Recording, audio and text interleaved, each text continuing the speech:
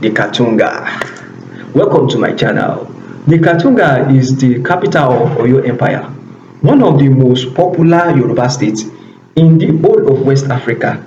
They are known for their dominant force, political structure that's very excellent, extensive trade network, economic prosperity, they are so wealthy, and the highest of all is their military strength. The structure is so excellent. Well, that was in the 16th century down to the early 18th century before the invasion of the Fulani jihadist war called Holy War, led by Usman Dan Fodio. After they've overcome Hausa territory proclaiming Islamic, then they formed the Sokoto Caliphate, infiltrate into Yoruba land. That's how they invaded into Oyo and using ilorin as a route. Well, Oyo Empire traced their route back to a prince in Ile-Ife called Oronmiyan. Oronmiyan is the last child among 7 children of Okonbi, Okonbi being the only child of Oduduwa. And Oduduwa is the progenitor of we the Yoruba race, Yoruba proper, Awa Omo Karo Ojire. They are located at the savannah north of the forest region. Yes, whereby they have the resources of both the savannah and the forest, which made them to have extensive farming and agriculture, and they are able to feed large number of people. So when we are, and their political structure is also excellent. It's headed by the Oyo Alaafin. Oyo Alaafin is a supreme being and a semi-divine. The succession is always through hereditary and can also be influenced by the Oyomesi. Oyomesi are the kingmaker, formed by the high-ranking chief of Oyo Empire and led by Basharun. Basharun is the head. They put the king in check of his power because Alaafin Oyo is a very powerful king. Okay, now let's talk about the economic prosperity. Oyo Empire have extensive trade network, it being the hub of trans-Saharan trade, whereby they deal in clothing, kola nuts, slave, horse, and a lot of goods they deal with, and engage with the European merchants because they deal in inbound and coastal trading along the Atlantic Ocean. And one of the things that bring wealth to the Oyo Empire is taxes. We call it Ishakole. Every neighboring state whereby they've conquered and they are ruling bring taxes, homage to the king. I think this is one of the things that Afonja does not want. Now, talking of their culture and tradition, Oyo Empire is the base of Yoruba for culture, promoting art and science. Yes, science. Promoting music, promoting literacy, tradition and religion. The religion of the Yoruba people is worshipping deities, which are the Orishas. We have the Shango, we have the Obatala, we have the Ogboni people, a lot more like this. And these are what puts people in check. No matter what, everybody have one religion or the other. Okay, now let's talk about the military prowess. Oyo Empire are well disciplined, structured, rich, experienced, tactical army, whereby give them the privilege to expand their territory throughout the cities and states they conquer. It has always been conquer and rule. That has always been the way territory is being collected. So, and the head of the army is called Are Ona Kakanfo, who is the head of state in Ilorin, and the name is Afonja. Afonja is the present Are Ona Kakanfo then.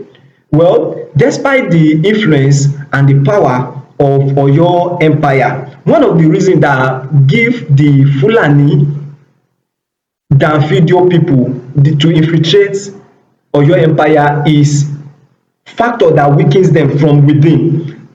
From the 18th century to the early 19th century, and one of it is succession dispute, which cause political instability. Corruption and mismanagement is another thing that cause them to decline gradually.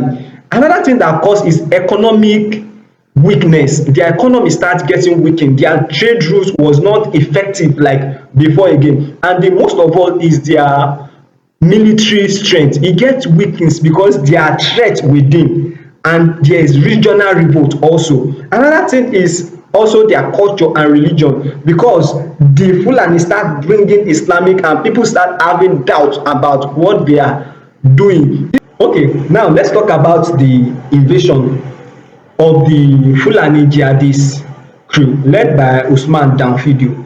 He was not the one that finished the work actually, because the war have started far back before now. They overcome Hausa territory whereby they impose their religion, their culture on them. It has always been conquer and rule. That's the system.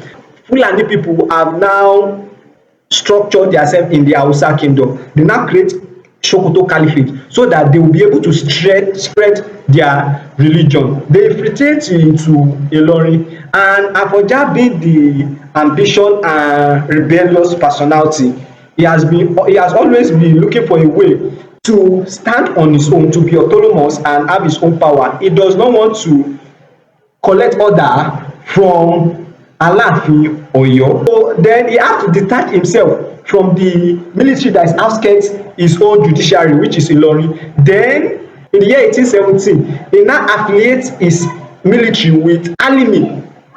Alimi was the one in possession then. So Alimi now organized his crew, his army team, then joined Afonja to war against Alaafin Oyo so that he in Ilorin he will be independent. Unfortunately for him, Alimi have his own intention.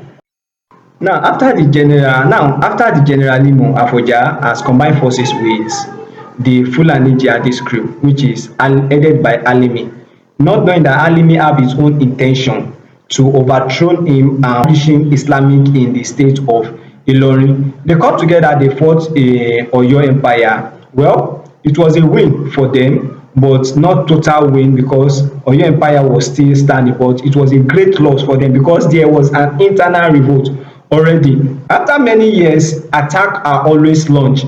In the 1835, the final blow was launched and Oyo Empire was crumbled to nothing, whereby the Alimi crew took over Ilorin and killed Afonja, because that's always been their initial plan, to take over Ilorin. So the ambition of Afonja is what led to taking over of Ilorin and destruction of Oyo Empire, because it's Afonja himself that destabilized the political system of Oyo Empire, bring about the succession dispute.